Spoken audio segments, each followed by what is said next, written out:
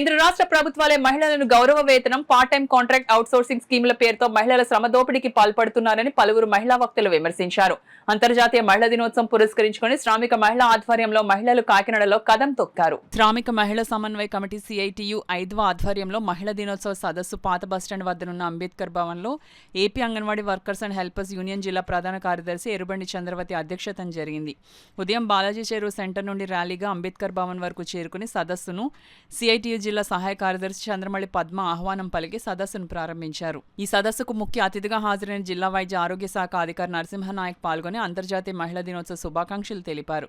ఈ సదస్సులో అంగన్వాడీ యూనియన్ జిల్లా అధ్యక్షురాలు దడాల పద్మ, కోశాధికారి రామణమ్మ, ఆశా సంఘం ఉపాధ్యక్షురాలు రాయుడు నాగలక్ష్మి, సచివాలయ AMM ఉద్యోగుల సంఘం జిల్లా అధ్యక్షురాలు Neeraja, postal working women convener Ponnamanda Anitha Krishna, శ్రామిక మహిళా నాయకురాలు షేక్ పద్మ హాజరై మాట్లాడుతూ దేశాన్ని నడిపించే పార్లమెంట్ సభ్యులలో నేర చరిత్ర కలిగిన వారు అధికంగా అన్ని పార్టీల్లో ఉన్నారని, ఇలాంటి నేరగాళ్ల నుండి భద్రత సాధించడానికి శ్రామిక మహిళలు పోరాటాలు చేయక మరొక మార్గం లేదన్నారు. జిల్లా న్యాయస్థానాల్లో న్యాయమూర్తులుగా జిల్లా కోర్టులలో 35%, హైకోర్టులో 25%, సుప్రీంకోర్టు న్యాయమూర్తులుగా 5% మాత్రమే మహిళలు ఉన్నప్పుడు మహిళా సాధికారత ఎలా సాధ్యమని ప్రశ్నించారు.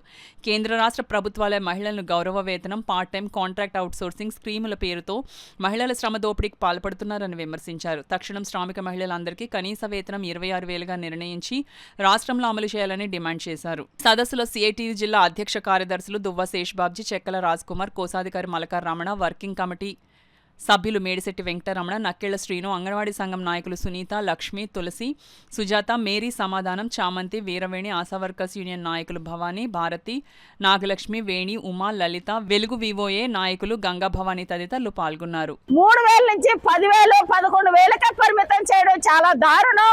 ప్రభుత్వాలు ఇప్పుడైనా సరే మహిళలందరికీ కూడా కనీస వేతనం ఇవ్వాలి.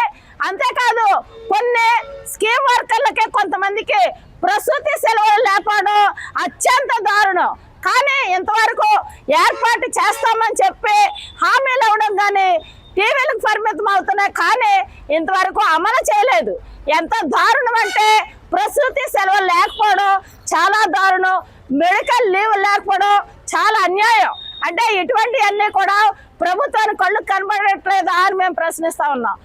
ఇప్పటికైనా సరే ప్రభుత్వం కళ్ళు తెరిచి శ్రామిక మహిళలందరికీ కూడా పని భద్రత కల్పించాలి.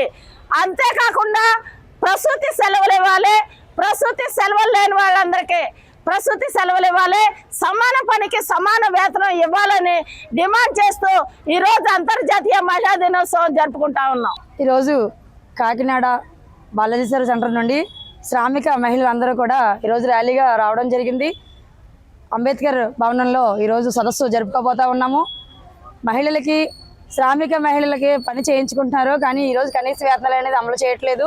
కనీస వేతనాలు 26,000 రూపాయలు చెల్లించాలి, సమాన పనికి సమాన వేతనాలు చెల్లించాలి. అలాగే పని చేసే చోట లైంగిక వేధింపుల నిరోధక కమిటీలు తక్షణమే ఏర్పాటు చేయాలి, ఫాస్ట్ ట్రాక్ కోర్టులను కూడా ఏర్పాటు చేయాలి.